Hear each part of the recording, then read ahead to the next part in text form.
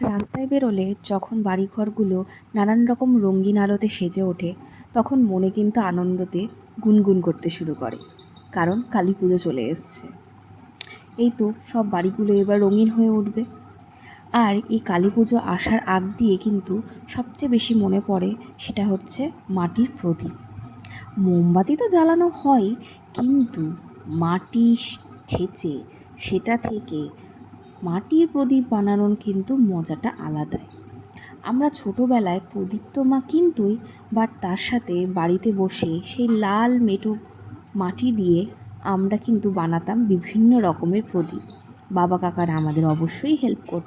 তো এবারও আমি পৌঁছে গেছিলাম সেরকমই। আমার মুখ দেখে নিশ্চয়ই বুঝতে পারবেন কতটা খুশি হয়েছি। অনেক বছর পর আমি আবার সেই আগের মতো মাটির প্রদীপ বানিয়েছিলাম। এই বাচ্চা মেয়েটা আমাকে মাটি এনে দিয়েছিল, আর আমার সাথেও কিন্তু 2-1টা প্রদীপ বানাচ্ছি। আসলে ওদেরকে দেখেই আমার মনে ইচ্ছা জাগলো, এবারটা না হয় ওদের সাথে প্রদীপটা বানাই। তাই যেমনটা ভাবা তেমনই কাজ, বসে পড়লাম মাটির প্রদীপ বানাতে। আর এই মাটির প্রদীপ বানানোর বিভিন্ন কায়দা রয়েছে, কারণ কায়দা করে করে বিভিন্ন রকম শেপ দেওয়াটাই হলো মজাদার ব্যাপার। বিভিন্ন রকমের শেপ, সেটা তোমার মনের পছন্দ মতো প্রদীপের শেপ দিতে পারো, হার্ট শেপ, বিভিন্ন রকম শেপে কিন্তু প্রদীপ বানাতাম। ছোটোবেলায় এই মাটির প্রদীপের সাথে সাথে কিন্তু আমরা বানাতাম বিভিন্ন রকমের খেলনাপাতিও। এর পরের কাজ হলো প্রদীপগুলোকে ভালো করে রোদে শোকানো। আর বাজার থেকে আনা বাজিগুলোকে তো রোদে দিতেই হবে, না হলে ভালো করে তো ফুটবে না। আজকের দিনটা ছিল ভূত চতুর্দশীর দিন।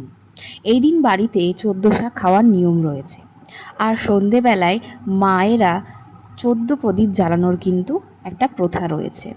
14 শাক কেন খাওয়া হয়? ছোটোবেলায় বলা হতো যে 14 শাক না খেলে কিন্তু রাতে যখন বেরোবি ঠাকুর দেখতে, তখন কিন্তু ভূত ধরবে।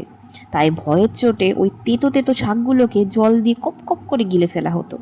কিন্তু এই 14 শাক খাওয়ার পিছনে কিন্তু খুব ভালো কারণ রয়েছে, যাতে আমাদের এই ওয়েদার চেঞ্জের সময় কোনো চট করে সর্দি কাশি না লাগে। আর এই 14 প্রদীপ দেওয়ার কারণ হলো 14 পুরুষকে স্মরণ করার জন্য।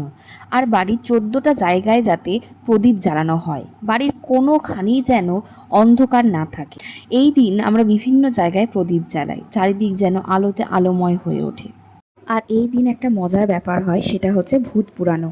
খড় দিয়ে আমরা ভূত বানাই আর সেটাকে পোড়ানো হয়। তোমাদের ভূত চতুর্দশী কেমন কেটেছে অবশ্যই জানিও। দেখা হবে পরবর্তী ভিডিওতে। আজকের মতো চলি, বাই।